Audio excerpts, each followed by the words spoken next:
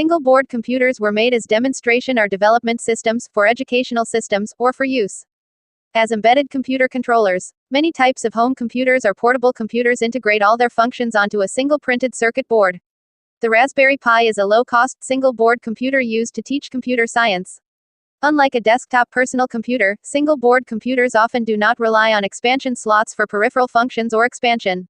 Single-board computers have been built using a wide range of microprocessors. Simple designs, such as those built by computer hobbyists, often use static RAM and low-cost 8 or 16-bit processors. Other types, such as blade servers, would perform similar to a server computer, only in a more compact format. A computer-on-module is a type of single-board computer made to plug into a carrier board, baseboard, or backplane for system expansion. History. One of the first 10mm D1s, a prototype unit produced by E&L Instruments in 1976. The Dynamicro, MMD1, was the world's first true single-board computer. The MMD1 had all components on a single printed circuit board, including memory, I/O, user input device, and a display. Nothing external to the single board except power was required to both program and run the MMD1. The original design of the MMD1 was called the Dynamicro, but it was soon rebranded as the MMD1. The first true single-board computer, see the May 1976 issue of Radio Electronics called the Dynamicro, was based on the Intel C8080A, and also used Intel's first EPROM, the C1702A. The Dynamicro was rebranded by E&L Instruments of Derby, CT in 1976 as the MMD1, Mini Micro Designer 1, and was made famous as the example microcomputer in the very popular 8080 Bug Book series of the time.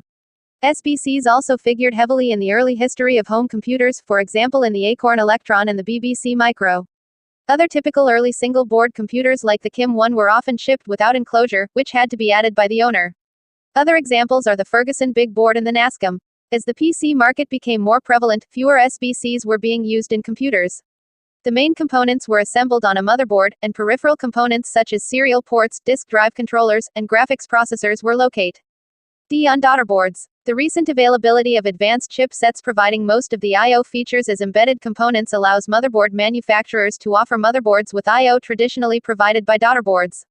Most PC motherboards now offer onboard support for disk drives including IDE and SATA with RAID, graphics, Ethernet, and traditional I/O such as serial and parallel ports, USB, and keyboard, mouse support.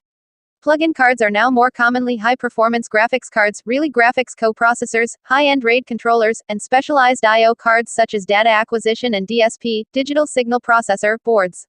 Applications. Single-board computers were made possible by increasing density of integrated circuits. A single board configuration reduces a system's overall cost by reducing the number of circuit boards required, and by eliminating connectors and bus driver circuits that would otherwise be used. By putting all the functions on one board, a smaller overall system can be obtained, for example, as in notebook computers. Connectors are a frequent source of reliability problems, so a single board system eliminates these problems. Single board computers are now commonly defined across two distinct architectures, no slots and slot support.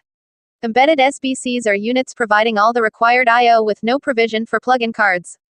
Applications are typically gaming, slot machines, video poker, kiosk, and machine control automation. Embedded SBCs are much smaller than the ATX-type motherboard found in PCs, and provide an I/O mix more targeted to an industrial application, such as onboard digital and analog I/O, onboard bootable flash memory, eliminating the need for a disk drive, no video, etc. The term single-board computer now generally applies to an architecture where the single-board computer is plugged into a backplane to provide for I/O cards. In the case of PC104, the bus is not a backplane in the traditional sense but is a series of pin connectors allowing I/O boards to be stacked. Single-board computers are most commonly used in industrial situations where they are used in rack-mount format for process control or embedded within other devices to provide control and interfacing. They've been to the ocean depths, Alice deep sea probes, into outer space, Ariane, Pegasus rocket, and shuttle, and to every continent on the planet. Because of the very high levels of integration, reduced component counts and reduced connector counts, SBCs are often smaller, lighter, more power efficient and more reliable than comparable multi-board computers. The primary advantage of an ATX motherboard as compared to an SBC is cost.